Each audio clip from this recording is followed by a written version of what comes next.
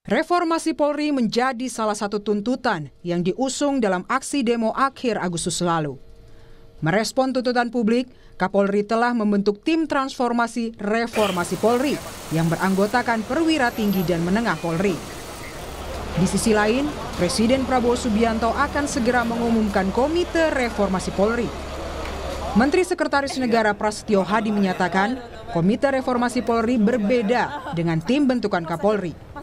Prasetyo mengungkap, tim Komite Reformasi Polri yang akan diumumkan Presiden beranggotakan 9 orang. Di antaranya ada nama mantan Menko Polhukam Mahfud MD dan juga beberapa nama mantan Kapolri. Berarti berbeda ya Pak, tim antara di internal dengan yang dibentuk oleh pemerintah nanti? Iya kan semangatnya sebenarnya sama ya, tapi kemudian kan di internal kepolisian juga perlu kita apresiasi, kita membentuk tim reformasi. Mas, kabarnya juga Pak Mahfud udah setuju untuk bergabung. Insya Allah. Insya Allah. Kabarnya ada mantan Kapolri? Ada. Beberapa nama. Tapi isinya berapa orang sih Mas? Ya. Mungkin kurang lebih ya sekitar 9. Mantan Menko Polhukam Mahfud MD bilang telah menerima tawaran untuk bergabung dalam Komite Reformasi Polri yang dibentuk Presiden Prabowo. Nah, disitulah kami diskusi banyak, tetapi yang ingin saya pastikan dari diskusi yang panjang itu, saya hanya menyampaikan konfirmasi satu hal, bahwa saya menyetujui seluruh rencana Pak Prabowo untuk reformasi, dan saya bisa ikut membantu dalam tim reformasi Polri saja. Sebelumnya, Kapolri Jenderal Listio Sigit Prabowo telah mengumumkan pembentukan tim transformasi reformasi Polri. Kapolri menegaskan pembentukan tim ini sebagai bentuk komitmen Polri untuk melakukan perbaikan institusi, meningkatkan transparansi, dan memenuhi harapan masyarakat. Harapan dibentuknya Komisi Reformasi Kepolisian, tentunya Polri juga mempersiapkan tim internal di dalam untuk kemudian melakukan evaluasi terhadap seluruh program yang sudah kita laksanakan, sehingga kemudian pada saatnya nanti masukan-masukan perbaikan yang diberikan pada kita segera bisa kita tindaklanjuti.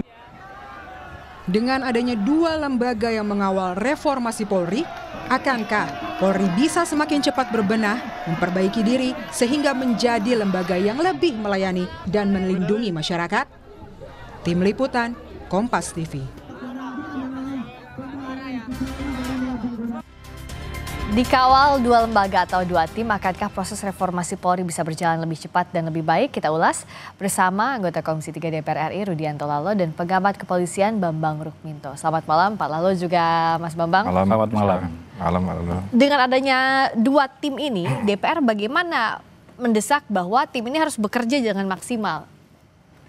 Yang pertama tentu pembentukan tim transformasi reformasi Polri yang dibentuk oleh Pak Kapolri. Ya. Saya kira itu kita harus tanggapi sebagai respon cepat untuk menerjemahkan apa yang menjadi keinginan publik, keinginan Bapak Presiden yang ingin membentuk Komite Reformasi Polri, yang sampai hari ini memang belum dikeluar kepresnya siapa-siapa nanti yang duduk di Komite Reformasi Polri. Kalau ditanya bagaimana nantinya, ini kan yang dibentuk Pak Kapolri kan internal ya, diisi oleh tidak akan tumpang tindih dengan yang dibentuk Presiden. Sementara Presiden tentunya akan pasti membentuk orang luar ya, ya di luar kepolisian. Tentu kalau ini kemudian duduk bersama, itu kan bagus, ya kan? Ada 2 internal dan eksternal duduk bersama kemudian merumuskan ide-ide gagasan apa yang kemudian lahir untuk perbaikan Polri ke depan, kan itu. Ya. Apa yang perlu diperbaiki Polri, tim inilah yang akan bekerja bersama saya kira. Karena kalau hanya sekedar Komite Reformasi dibentuk Presiden, tentu pasti akan berkoordinasi dengan internal kepolisian. Sehingga ketika kemudian sudah ada bentukan Pak Kapolri, ini akan sinergi nantinya, kolaborasi untuk merumuskan gagasan apa untuk memperbaiki Polri. Kalau Mas Bambang lihatnya 2 struktur ini ya, yang dibentuk internal Polri, yang dibentuk Presiden, apakah akan bisa saling melengkapi atau semestinya digabung dalam satu tim? Harusnya bisa saling melengkapi ya. Tadi saya barusan dari Mabes Polri mengikuti rapat dengar pendapat ya kawan-kawan dari beberapa kawan-kawan dari luar, saya dan banyaklah tokoh-tokoh, Mas Prof. Hermawan Sulistyo, Prof. Basuki Reksobowo, banyak tadi, ada sekitar 32 tokoh yang membahas yang ini hadir, khusus, Mas? membahas ini juga, membahas tim. Tadi nomenklaturnya sudah berubah ya. Apa itu? Menjadi tim akselerasi transformasi Polri.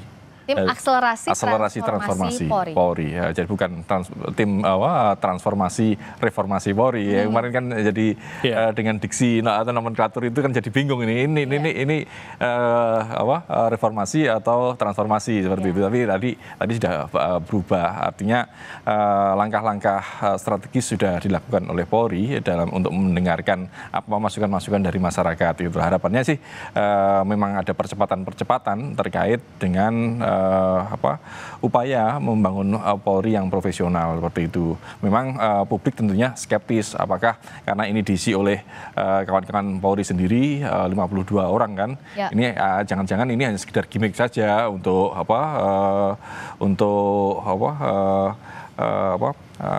keluar dari desakan publik seperti itu kan, karena selama ini yang terjadi seperti itu. Makanya tadi juga terungkap juga karena ketua timnya adalah Prof. Krisnanda Kalemdikpol, beliau kan pensiun 3 bulan ini. Saya sampaikan juga jangan-jangan ini 3 bulan selesai kan seperti itu kan, jangan sampai seperti itu juga karena problem harus betul-betul sampai beres. Harus benar-benar beres gitu, dan yang ini bukan sebagai upaya pencitraan, tapi benar-benar membangun atau melakukan transformasi yang lebih substansial seperti itu. Yang substansialnya tuh apa kalau dari DPR yang harus dikejar oleh tim ini? Saya kira kan kalau bicara 3 hal struktural udah bagus ya kan, semua sudah diatur, misalkan pada hal penegakan hukum kan, instrumental pun juga begitu, doktrin aturan sudah bagus. Cuma memang yang problem hari ini yang banyak didiskusikan publik hanya kultur ya. Ya kultur ya, ini budaya yang terjadi di lingkungan Polri misalkan. Yang dalam dialog sebelumnya juga kita bahas itu ya. Kita bahas itu. Kultural. Nah ini yang harus dibenahi saya kira. Kalau informasi dari Polri sendiri bahwa pengaduan yang banyak datang dari masyarakat itu adalah di Kesatuan Serse. Serse Kriminal Umum yang banyak aduan masuk di Polri. Berarti kan yang banyak harus dibenahi di situ di Kesatuan Serse-nya. Berarti kan bicara penegakan hukum. Berarti ada celah-celah mungkin. Ya ini juga ke depan kita harus selesaikan hukum acara kita sebagai pedoman hukum material kita, sebagai itu yang menuntun APH dalam menegakkan hukum. Jangan sampai aturan-aturan yang misalkan hari ini KUHAP kita tidak ada kepastiannya soal limitasi waktu, kapan penyidikannya, kapan tersangka berakhir dan sebagainya. Itu kan membuka ruang-ruang celah ya untuk penyalahgunaan kewenangan, penyalahgunaan kekuasaan. Sehingga itu yang dikeluhkan oleh masyarakat kita hari ini. Nah ini yang menurut saya fokusnya. Karena kalau bicara kepolisian, dari Babin Kamtipmas, ujung tombak Polri di tingkat desa kelurahan, itu sangat respon masyarakat luar biasa Pak Bambang. Luar biasa. Orang senang polisi yang bertugas di level desa, kelurahan, tapi itu ujung tombak Polri. Itu yang jadi tetapi bila mana di satuan tertentu, ini kan satuan tertentu banyak kesatuan ya. Lalu lintas misalkan, dulu banyak aduan soal lalu lintas, tapi hari ini dengan digital, semua bisa dipantau oleh masyarakat. Tapi Serse ini penegakan hukum berarti. Ya penegakan hukum mungkin koreksi ya. Nanti kasus viral baru diusut misalkan, ya kan? No viral, no justice. Itu kan keluhan-keluhan masyarakat hari ini. Dan itulah menurut saya fokus tim reformasi untuk membenahi sektor-sektor yang mana banyak aduan laporan masyarakat. Gitu. Nah, apakah ini yang tadi dibahas, aduan laporan masyarakat soal penegakan hukum yang jadi prioritas? Benar, salah satu yang dibahas tadi masukan dari kawan-kawan ya terkait dengan penegakan hukum itu. Karena polisi ini kan ujung tombak dari national security system sama criminal justice system kan, seperti itu. Artinya dan yang menjadi keluhan-keluhan yang selama ini terjadi memang di penegakan hukum gitu loh. Kasus-kasus kalau no viral no justice dan yang lain-lainnya itu kan seringkali menjadi sorotan masyarakat. Bahkan tadi Pak Wakapolri Komjen Dedi juga menyampaikan secara terbuka terkait dengan assessment yang dilakukan oleh Polri sendiri bahwa ternyata dari sekian jumlah berapa 5.000 lebih dari Polsek, Kapolsek misalnya, terus kemudian Kapolres, itu 60% unperformant itu. Kemudian bahkan 80% Dirkrim, saya tadi kurang mendengar ya, SUS atau itu 80% tuh unperformant. Artinya kan ada sesuatu yang problem di kepolisian gitu loh. Memang dan itu yang harus dibenahi. Nah, dari mana dibenahinya dan apa kritik yang harus segera dijawab, tapi usai jeda di Sapa Indonesia Malam.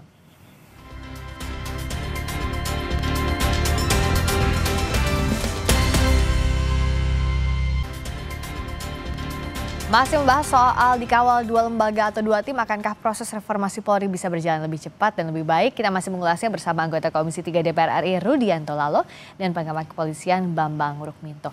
Jadi dengan data tadi ya yang Mas Bambang sampaikan, itu apa yang harus dilakukan? Langkah taktisnya lah, secara normatifnya kan kita sudah tahu ya apa yang jadi problem. Taktisnya gimana? Saya kira pengawasan paling utama. Ya, pengawasan internal, pengawasan eksternal terhadap polisi ya, oknum ya, yang misalkan rekam jejak, dapat pengaduan, laporan, itu harus menjadi bahan masukan bagi pimpinan untuk memberi reward and punishment. Kalau ada oknum polisi banyak laporan misalkan dari masyarakat, harusnya jangan diberi tempat gitu kan, jangan diberi ruang di institusi kepolisian. Begitupun sebaliknya, kalau ada polisi yang berprestasi karena misalkan dia tidak kenal pimpinan-pimpinan, justru polisi seperti ini yang harus diberi ruang untuk menempati pos-pos penting di kepolisian. Artinya meritokrasinya harusnya jalan. Ya, benar, meritokrasi, terus kemudian sistem pendidikan, itu harus semuanya harus dibenahi. Dan tadi reward and punishment, karena selama ini karena meritokrasi tidak berjalan, karena reward punishment-nya juga tidak jalan gitu loh. Dan seperti yang disampaikan Pak Rudi tadi, kontrol pengawasan itu penting. Makanya kalau selama ini mengapa itu terjadi, ya kontrol pengawasannya lemah gitu loh. Makanya dengan adanya tim reformasi yang dibentuk Presiden, harapannya ini bisa mendorong ini. Ini ada kendala apa sih Polri kok tidak bisa melakukan itu seperti itu kan. Artinya kalau ada dorongan dari pemerintah, dari Presiden, ini akan agak akselerasi ini ada gitu loh. Tanpa ada itu ya masyarakat akan menguap lagi, pesimis. Nah, kalau dari bayangan DPR, nanti saya akan tanya juga ke Mas Bambang, tapi sebenarnya idealnya bagaimana? Apakah dari internal kasih problemnya apa aja lalu diselesaikan dengan tim reformasi yang dibentuk Presiden, atau justru temuan dari tim reformasi Presiden yang terdiri dari eksternal ini yang kasih catatan untuk internal? Ya, semua saya kira bisa, mau eksternal mau internal, kalau muaranya tujuannya untuk perbaikan institusi Polri, saya kira semua harus terbuka untuk menerima itu. Karena niatnya adalah perbaikan. Kami di Komisi 3 DPR selalu rapat dengar pendapat dengan mitra kepolisian karena adanya aduan masyarakat tentang misalkan proses penegakan hukum yang misalkan tebang pilih, penegakan hukum yang misalkan bermasalah gitu kan. Nah, karena dua masyarakat itu kita sampaikan bahwa betul-betul Polri harus menindak tegas apabila misalkan oknum-oknum melakukan yang melanggar hukum. Jangan ada kesan impunitas, jangan kesan melindungi anggota, supaya betul-betul ada disiplin di situ. Ya, pendisiplinan terhadap anggota yang melanggar misalkan. Karena kapan dilindungi, maka kesan akan itu tadi, persepsi masyarakat citranya akan buruk. Ya, karena citra kepercayaan publik itu yang jadi taruhannya. Kalau Mas Bambang soal konsep tadi gimana? Apakah kritik ini dari eksternal dulu, tim reformasi yang dibentuk Presiden dulu, atau ada semacam inventaris apa saja yang jadi masalah dari internal? Ya, pembentukan tim transformasi oleh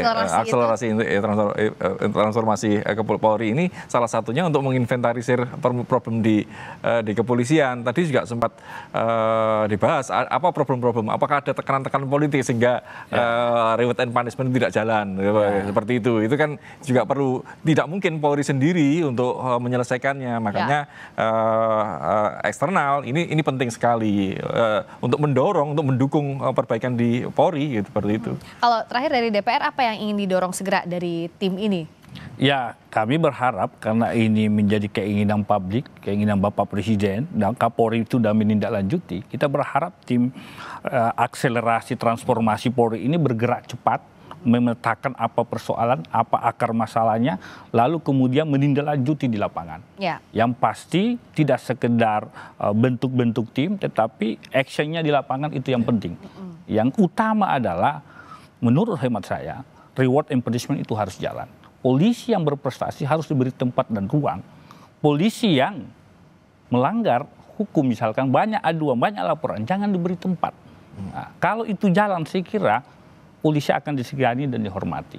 Mindset pola pikir harus dirubah bahwa polisi tidak bicara tentang kekuasaan eksklusif, tetapi tentang pelayanan. Kembali yang didudukan dalam konstitusi kita.